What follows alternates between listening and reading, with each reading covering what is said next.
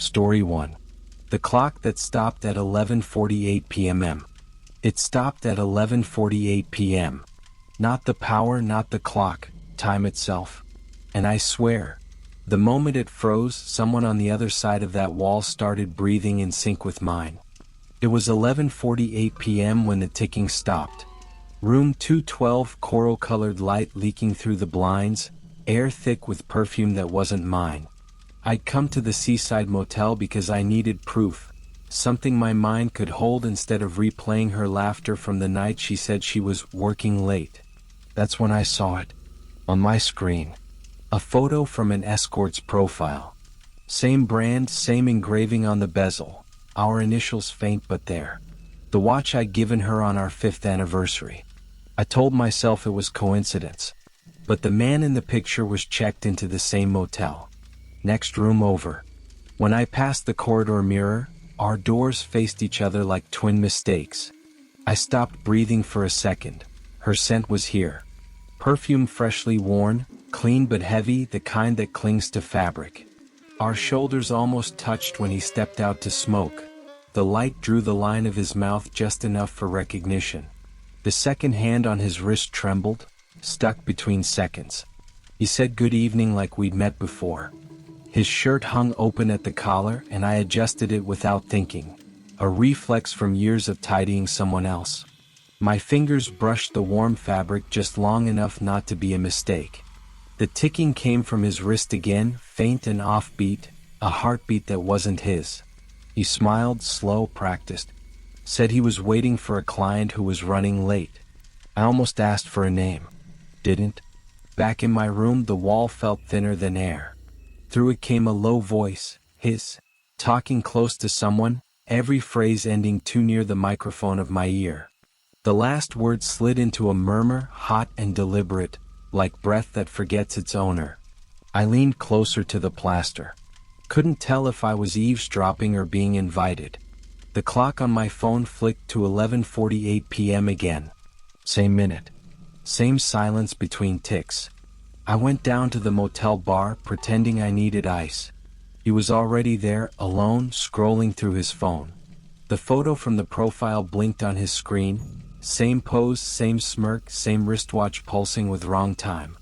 I sat a stool away, ordered bourbon I didn't taste. When he looked up, he nodded as if we shared a secret neither of us should know. I caught my reflection in the bottle behind him, mouth half open, waiting for a confession that wouldn't come. He joined me at the small table by the window. Outside, the sea lights flickered like tired eyes. Our knees met beneath the table and didn't move apart. His voice dropped, low, almost kind. Said he used to fix watches. Said sometimes they stop for reasons the owner can't admit. The pulse of the second hand tapped against the glass, steady now, matching the space between his words. A strand of hair fell across his face when he leaned toward the candle. I reached out before thinking, brushing it aside. The skin beneath reacted, tiny shiver, brief intake of breath. He looked up through that silence like he'd been waiting for me to do it. For a heartbeat, I forgot why I'd come here. The scent of clean soap and salt air mixed with something familiar. Her perfume, thinned by distance but still alive. He smiled, almost grateful. Neither of us spoke for a long moment. The air between us thickened. The room seemed to hold its breath. Somewhere behind the wall, the same rhythm of ticking started again. Uneven, deliberate. He didn't react, but his gaze stayed locked on mine, steady as if listening for what I'd do next. I felt the weight of the watch on his wrist, bright under the low red light. The silence decided not to interrupt us. When he finally stood, the chair legs whispered across the floor. He said he had to go, client waiting upstairs. Room 213. The number hit like a pulse behind my ribs. I followed a few steps behind, pretending to check my phone, pretending I wasn't counting the seconds that passed without sound. The hallway smelled of linen spray and her perfume layered beneath it, like two notes from the same song. My reflection in the door's brass number looked like someone else's husband. He slipped inside and the latch clicked once. Through the thin wood came a soft laugh I knew too well. The air around me warmed, When I pressed my hand to the wall, the heat stayed, her warmth or his. That scent again, closer now, impossible to misplace. The watch ticked behind the door, louder, slower, syncing with my breath. Then quiet. A silence with edges. The kind that knows you're listening. I knocked once. No answer, just breathing on the other side, shallow and close. Then a whisper, right by my ear though I stood in the hallway. "It's late, isn't it?" The sound came from behind me, not the door.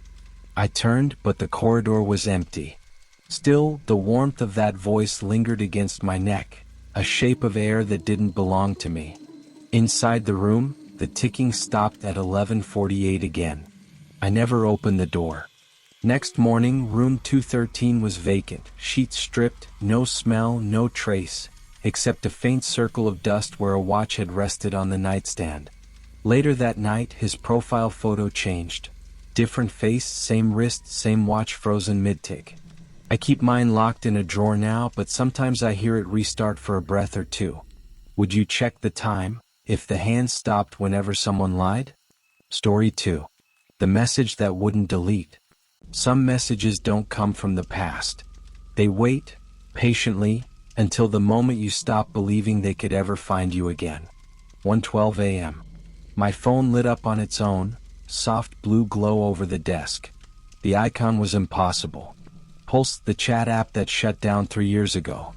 I hadn't thought of it since college, back when I was too curious for my own good. The notification said, "You're still awake?" The name under it made my stomach tighten. A man's name I didn't recognize. The office was silent except for the hum of the city outside, that thin sound of late elevators and neon buzz. For a second I told myself it was a glitch. But the message preview showed something else. "Nice perfume tonight. Same one he used to wear." I leaned closer to the screen. The scent of my husband's cologne lingered faintly on my sleeves, clean, recent. My shoulder brushed the leather armrest. Static hissed in the air like breath held too long. The cursor blinked under the message, waiting, pulsing in rhythm with my chest. A thin reflection crossed the monitor.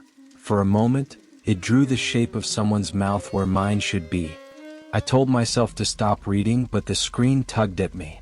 A second message appeared, a photo of a dark jacket on a chair. His jacket.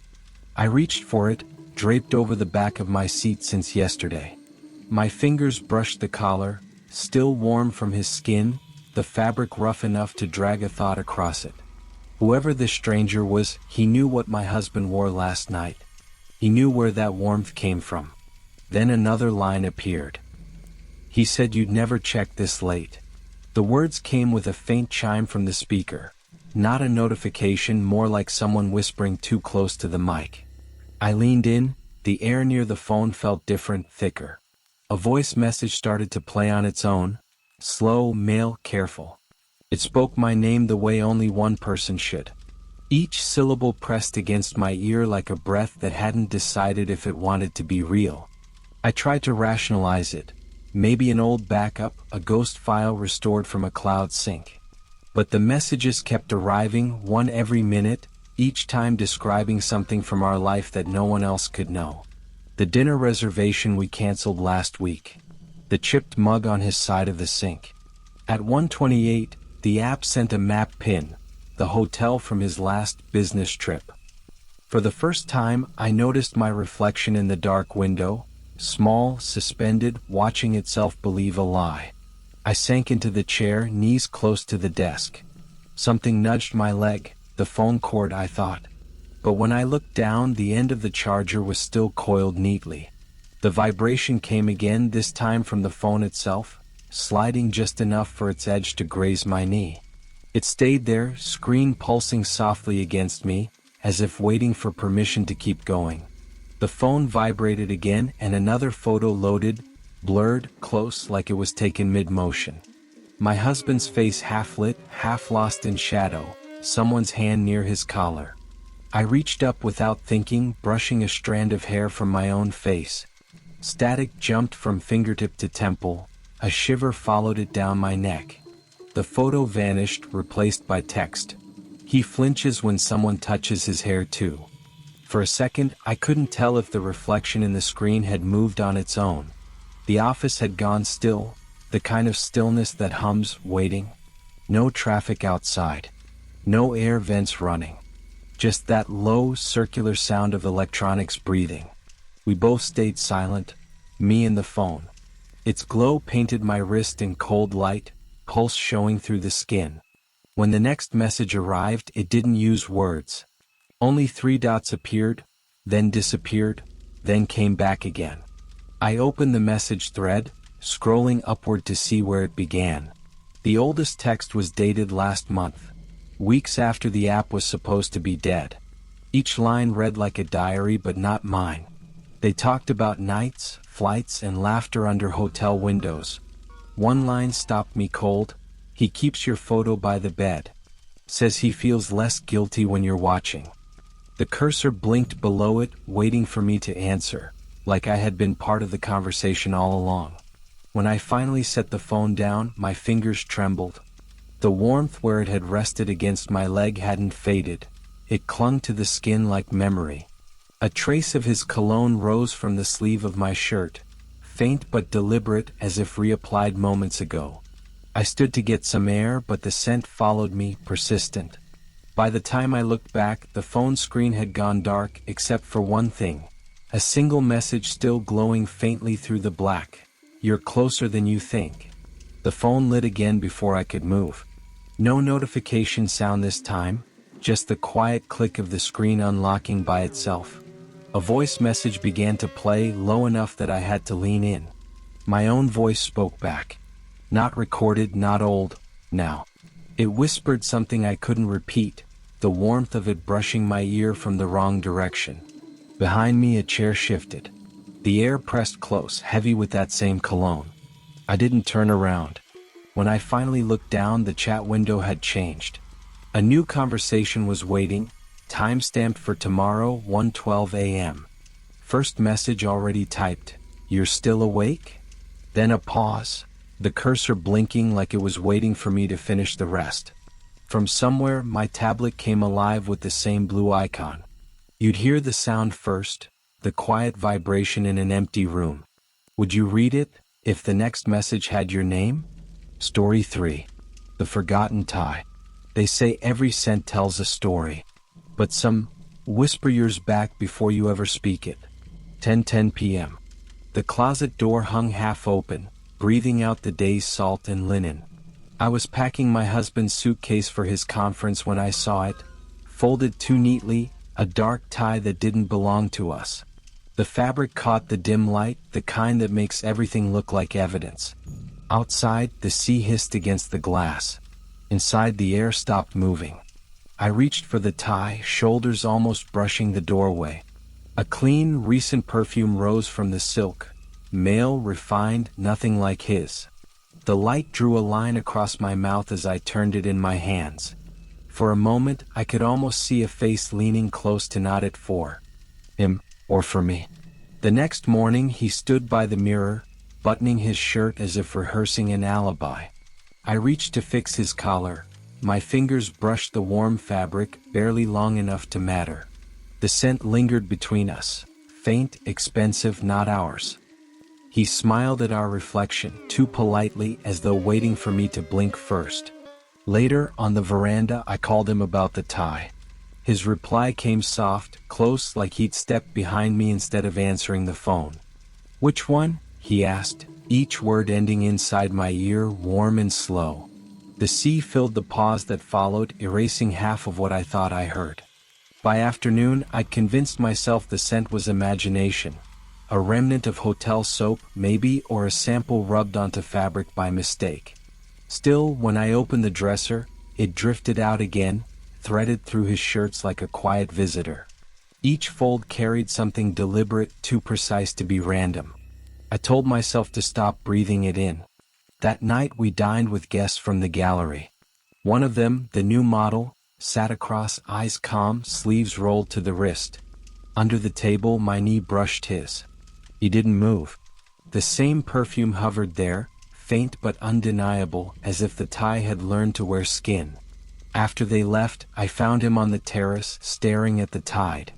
A strand of hair clung to his shoulder, too light to be mine. I reached to remove it, fingertips grazing the edge of his neck. The skin there tightened, a small tremor that felt like memory. He turned, almost smiled, and asked nothing. We stayed like that for a while. The house listened, waiting for one of us to fill the space. Only our breathing moved, slow, synchronized, not quite trust. Outside, the wind touched the shutters and retreated, as if realizing it had interrupted something meant to stay unfinished. The next morning the tie had moved. It lay over the chair by the window, half folded, as if tried on and forgotten again. I waited for him to notice, to explain, to joke. He only checked his watch, muttered about traffic, and left. The door clicked behind him like punctuation on a secret. When I lifted the tie, warmth clung to it, as though someone had just set it down. My skin remembered the pressure, the faint tremor that perfume always left behind. I pressed it to my face once just to be sure and caught that same impossible scent. It shouldn't have been there, but it was. That evening he came home later than usual. His tie was gone, replaced by another, plain, colorless. When he leaned close to kiss my cheek, his breath carried nothing. But behind him, faint and exact, the same perfume brushed my ear. A whisper followed, too low to belong to him. Check the pocket. Inside the tie drawer was a folded note. My name, written in his handwriting, curved across the paper like a signature learning to lie. I blinked and the tie was gone. In its place lay a silk handkerchief, still damp with that scent I couldn't forget. Would you keep a scent that isn't yours? Story 4. The note in the frame. At 6 o'clock, the gallery was empty, until the light caught a hidden note inside a painting, written in my husband's handwriting, to another man. The gallery was almost empty when the light changed. 6 o'clock, gold sinking through the windows, catching on one frame near the exit. The glass flashed once, then steadied, showing a thin piece of paper trapped between pane and paint. I leaned closer. The handwriting was unmistakable. My husband's. The words blurred where the reflection crossed them, but one line stayed clear. Our secret stays in the frame. The curator stopped beside me, shoulder brushing mine as he adjusted the spotlight. The air smelled faintly of fresh varnish and perfume, clean, recent, the kind he used after a meeting. The light drew the outline of his mouth as he said something about provenance, but I barely heard. My skin tightened where our coats touched. The silence between us lasted a little too long to be professional. I asked if I could hold the frame. He hesitated, then passed it over carefully, his fingers grazing mine. I adjusted the collar of his shirt to keep it from catching the edge. My fingertips brushed the warm fabric just long enough to feel the pulse beneath. The paper inside shifted slightly, like it wanted to be seen. I told myself the glass made it look newer than it was. He leaned close to read the message, his breath trailing against my ear. The words came out low, almost respectful. Strange place for a note. Each syllable landed where air met skin, hot, slow. I pretended to focus on the signature, but the sound of his voice pressed harder than the weight of the frame. When he stepped back, the space he left behind still hummed. He told me the painting had arrived that morning, delivered by a man the collectors all seemed to know. An escort, he said in a tone meant to sound neutral. He always brings pieces like this, the curator added, eyes tracing the frame instead of my face. The word escort hung there, heavy as the smell of dust and polish. I ran my thumb along the edge of the glass, trying to ignore the tremor it left behind. We sat at the small table near the window to check the paperwork. His knee brushed mine beneath the surface. Soft, deliberate, not quite an accident. The sound of traffic outside dimmed until all I could hear was the whisper of our sleeves. The contact stayed there, quiet but solid, while I signed my name. When I looked up, his gaze was already waiting for mine, patient, unreadable. A loose strand of his hair had fallen forward as he leaned to check the signature. Without thinking, I reached out and moved it aside. My fingers barely touched his temple, but the skin beneath rose in a shiver that matched my own. For a second, neither of us spoke. The gesture should have meant nothing, yet it felt like the kind of moment that changes what silence can hold. The gallery seemed to listen with us. Every sound withdrew, the air system, the lights, the faint hum from the street. What stayed was our breathing, uneven and too close. He looked at the note again, lips parting as if to ask something, then didn't. The quiet stretched until I wasn't sure if it came from the room, or from whatever waited behind the glass. We walked through the remaining exhibits in a practiced calm, pretending the air hadn't thickened between us. That was when I caught it again, the same clean scent, soft and expensive, drifting from another frame halfway down the hall. It wasn't his. It wasn't mine. The curator followed my glance and frowned but said nothing. The perfume clung to the edge of the canvas, as if someone had just been there. When he finally stepped back, I stayed close to the painting. Heat lingered where his arm had brushed mine, and the faint smell stayed on my sleeve. It shouldn't have been there. I pressed the fabric to my skin, unsure whether I wanted to keep it or erase it. In the reflection of the glass, a faint outline moved, like a hand adjusting something from the other side. He came close again, close enough that his breath grazed the back of my neck. "It's not just one note," he murmured. "There's another, behind it." The words vibrated against my skin. I turned, but his voice seemed to echo from farther back, near the dark corridor of unlit frames.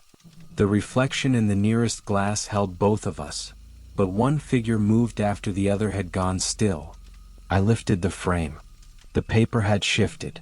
A second note waited there, newer, the ink still wet. "Behind you," it read. The air tightened, smelling of his cologne and something colder, like metal. I didn't turn. The light flickered once, enough for the reflection to smile. Maybe it was mine. Maybe not. "Would you leave a note, if you knew someone would find it?" Story 5. Check in 2 names. Sometimes the same name signs in twice. Once for who we are and once for what we hide. I learned that the night the rain refused to stop outside the motel glass. It was past midnight when the rain started sounding like static on the glass. The lobby was empty, the kind of silence that hums between fluorescent lights. I was checking the last forms when a familiar surname appeared. Rowan. A woman's signature, elegant but rushed, like someone used to hiding in plain sight. I'd seen that name before.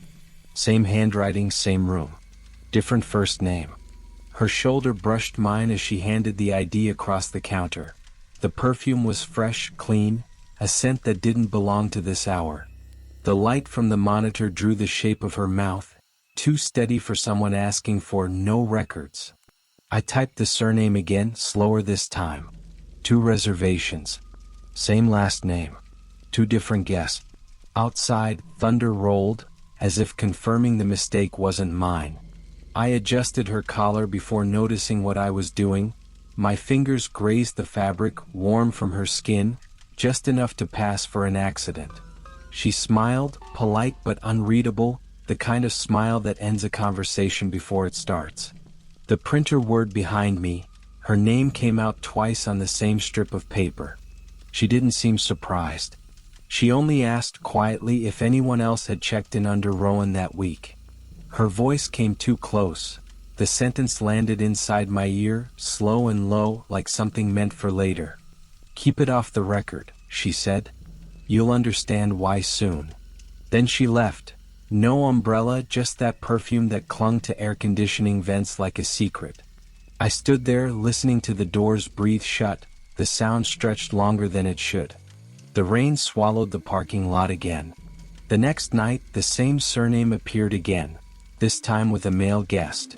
He arrived alone first, polite, confident, the kind of man who knows how to fill a room without speaking.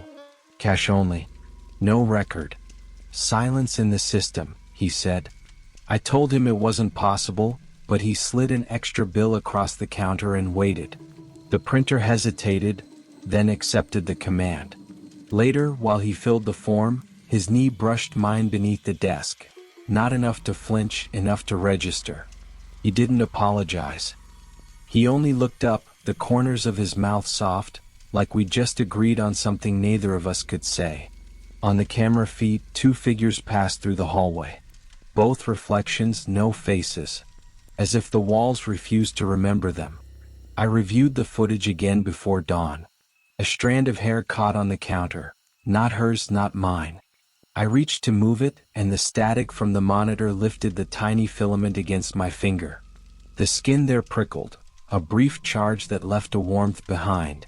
For a second, I could almost hear her breath where the hair had been. The lobby felt smaller, like someone was standing just outside the frame. We stayed quiet, the lobby and I. The rain had stopped, but the air was thick, holding on to their voices.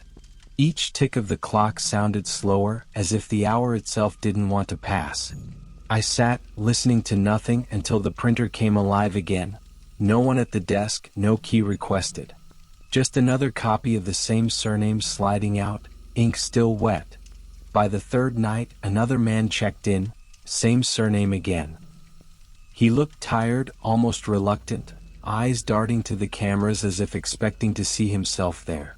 When I handed him the pen, his hand trembled once before steadying. At checkout, he left an envelope instead of a key. Inside, one line in neat handwriting, interrupt the sequence. When he left, warmth lingered on the counter where his palm had been, faint, human, impossible to ignore. I could still smell the same perfume she'd worn, clinging to the glass partition as though it had been exhaled from inside. The scent didn't belong to him, and yet it was here. I turned off the lobby lights, but the reflection stayed. 2 shapes again waiting by the door. He came back alone the next night. Same coat, same tone. A voice, but no reservation this time. He leaned close, too close, and whispered, "Where's the note?" "The one I left yesterday." His breath traced the edge of my ear, warm and calm, but his eyes didn't blink. For a moment, I wasn't sure whose voice I'd heard. His or the one from the camera feed behind him.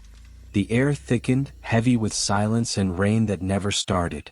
After he left, I checked the registry again. 2 signatures. Identical. Different times, same hand. The screen flickered, the reflections were gone. Only my chair moved, slowly, as if someone had just stood up from it.